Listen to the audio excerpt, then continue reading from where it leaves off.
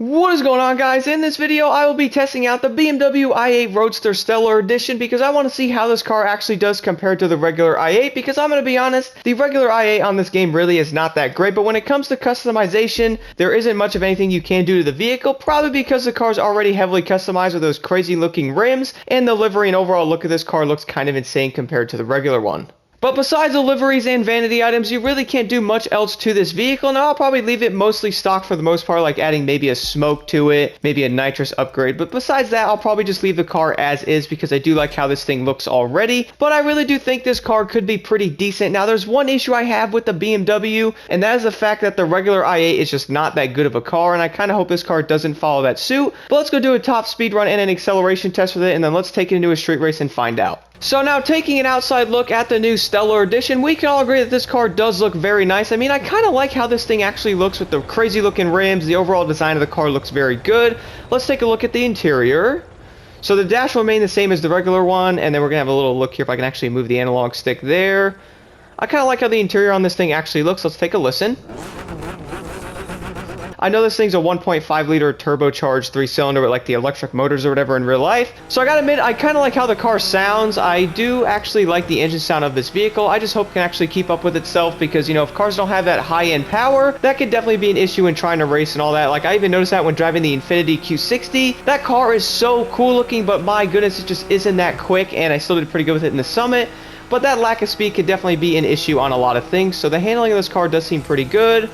Overall top end power right now, for example, is not that great at 220. It's not accelerating at all. Let's see if it will now. I think that could definitely be an issue there. Now let's go hit the nitrous right here and do a top speed run. Wow, 253 miles an hour. So that's one thing it does have going for it. The acceleration might not be that great, but the top speed is actually really impressive. 253 miles an hour is actually pretty amazing. That's pretty high compared to a lot of the other cars in the game. So that's one thing it does have going for it. So maybe use this car on something that's like an open race, which I think I'll take this thing in and test it out on one of those. Maybe something with a lot of turns that requires more acceleration in and out of turns might be a bit of an issue with a car like this.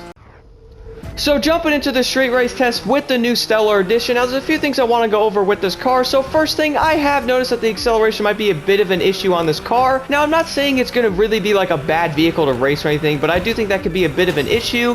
A lot of the street races tend to have a lot of turns and all that, so this could be an issue in trying to get speed out of the turns. You'll probably get smoked by some of the other really good street cars if you guys are trying to race competitively or like do summit races and all that. Like I mentioned in my previous video though, I do want to use a lot of the bad cars in summits and or cars that are not used that much to see how I can do in them, see if I can still get good scores and all that, just in case people want to test these cars out more and maybe mix it up a little bit. Now, I really did not use the regular i8 that much. I just was not a big fan of that car. Now, one thing I have noticed is the handling of this car is actually really impressive. I wouldn't call it bad in any way. It's actually really good, which is kind of funny considering a lot of the cars that have bad top speed normally have good handling, but the i8 actually does 250 miles an hour and it handles really well, so maybe this car can actually be very usable. I would probably test it out in future summits to see what it could do and really see if this car can actually be usable more often, even in like something like PvP. Maybe people want to test it out in there. But I do think the acceleration of this car is kind of weird how it actually drives. It like loses speed and then doesn't accelerate that well. Basically, like it requires nitrous to get faster, which could be a bit of a problem if you don't have nitrochemist, but having it on there, this car goes up speed. Just look at this, 250 miles an hour, no issue at all. Going around this turn there, like it does kind of blow my mind how it does hold speed nicely, but also goes down in speed as well. Some of the street cars in this game tend to actually like hold speed, so they can do like 240 and stay there. I noticed some cars also don't do that, like a lot of the rally raid vehicles have that issue as well. So for example, if you guys are doing like 250 with nitrochemist, but the car can't hold that, you'll go down back to like 230 or 220 is where the car will basically stay as its normal speed, and then you'll have to use your nitrous to get back up to it, which I have noticed some cars do struggle a bit with that, and I do think the i8 is having this issue as well.